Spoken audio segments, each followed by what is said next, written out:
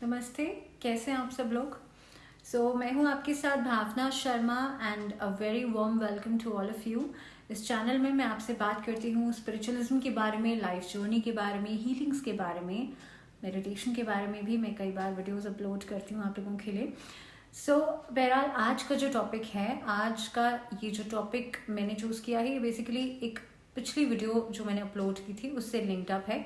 और उस वीडियो में मैंने बात करी थी कि मेरे पास एक मेल आया था, क्वेरी आई थी, जिसमें कि अरुण सांघवी उनका नाम था, अगर मैं नाम सही ले रही हूँ तो उनका मेल ये था कि अगर इंसान कर्म बहुत अच्छे करता है तो उसके जीवन में भगवान की, ईश्वर की क्या ज़रूरत है। अब सबसे पहली चीज़ हमें ये समझना होगा कि ईश्वर यानी कि भगवान जो हैं उन्हें हम अलग अलग नामों से जानते हैं, क्योंकि हर इंसान का देखने का, सोचने का, मानने का तरीका अलग अलग है।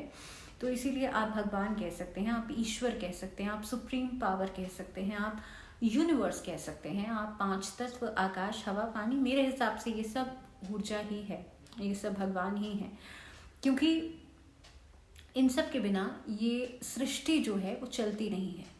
तो जो सृष्टि को संचालित करता है वो भगवान है। अब सवाल ये था कि अगर इंसान के जीवन में वो बहुत अच्छे कर्म करता है तो भगवान की क्या ज़रूरत है फिर। भगवान श्री कृष्ण ने गीता में अर्जुन से यही कहा था कि इंसान को कर्म प्रधान होना चाहिए, लेकिन भगवान हमें क्या देते हैं वो समझना होगा हमें।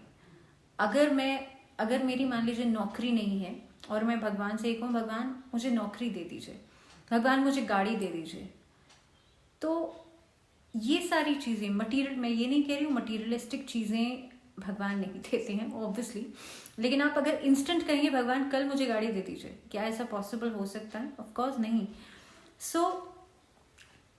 जितनी भी मटीरियलिस्टिक चीज़ें हैं वो इंस्टेंटली आपके जीवन में आपको नहीं मिलती हैं बिना कर्म किए, ये आपको समझना होगा।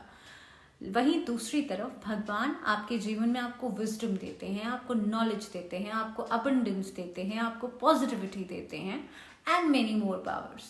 सो बेसिकली आपके जीवन में जितनी भी सकारात्मक ऊर्जा है या इन सभी साधनों को जुटाने की जो एनर्जी है वो आपको कहाँ से मिल रही है? उस सुप्रीम पावर से मिल रही है। वहीं दूसरी तरफ ये समझना भी ज़रूरी है। अब जैसे कि उनका जो सवाल था मिस्टर अरुण का, ही सेड कि मैं भगवान में मानता ही नहीं हूँ। तो ये भी चीज़ ज़रूरी है कि इंसान क्या मानना या ना मानना। अब जैसे कि हम सब ने भगवान को अलग अलग रिश्तों में बांध रखा है।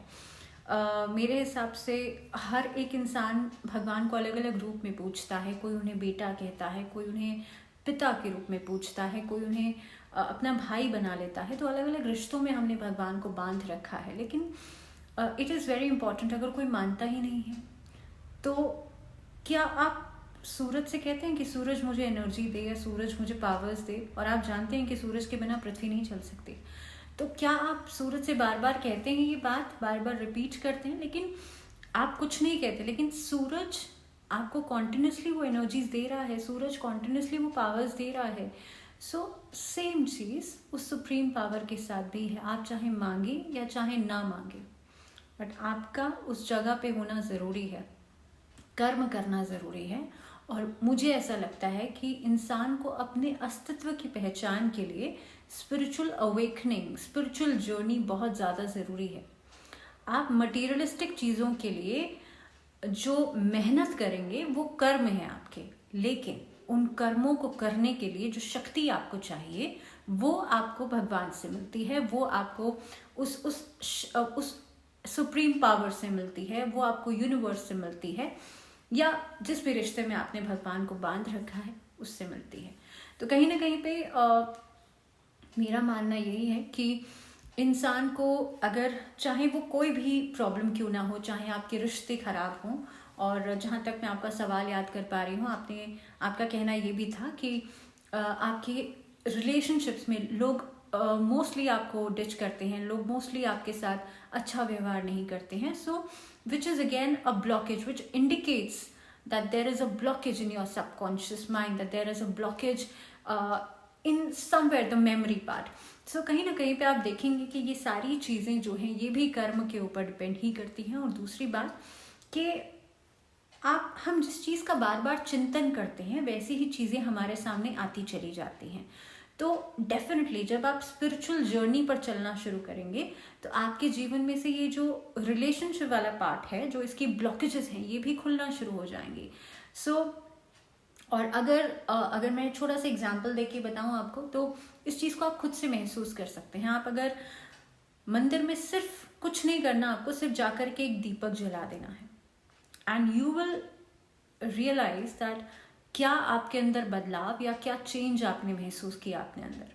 सो दैट इज समथिंग जो कि आपके अंदर की सबकॉन्शियसनेस को, आपके अंदर की स्पिरिचुअल पावर्स को अवेकन करता है, उसको जगाता है। So it is very important हर सोल के लिए। मुझे ऐसा लगता है कि चाहे किसी भी धर्म की क्यों ना हो, किसी भी जाति की क्यों ना हो, हर इंसान को, हर सोल को, ह्यूमन सोल के लिए बहुत इंपॉर्टेंट है स्पिरिचुअल अवेकनिंग, स्पिरिचुअल जर्नी।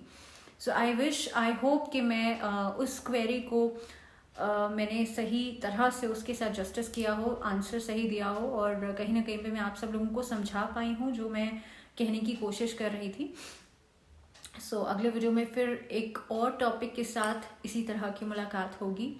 तब तक के लिए फ़िलहाल मुझे दीजिए इजाज़त। With lots and lots of love. Please take care of yourself, your emotional health, your physical health. Till then, bye-bye.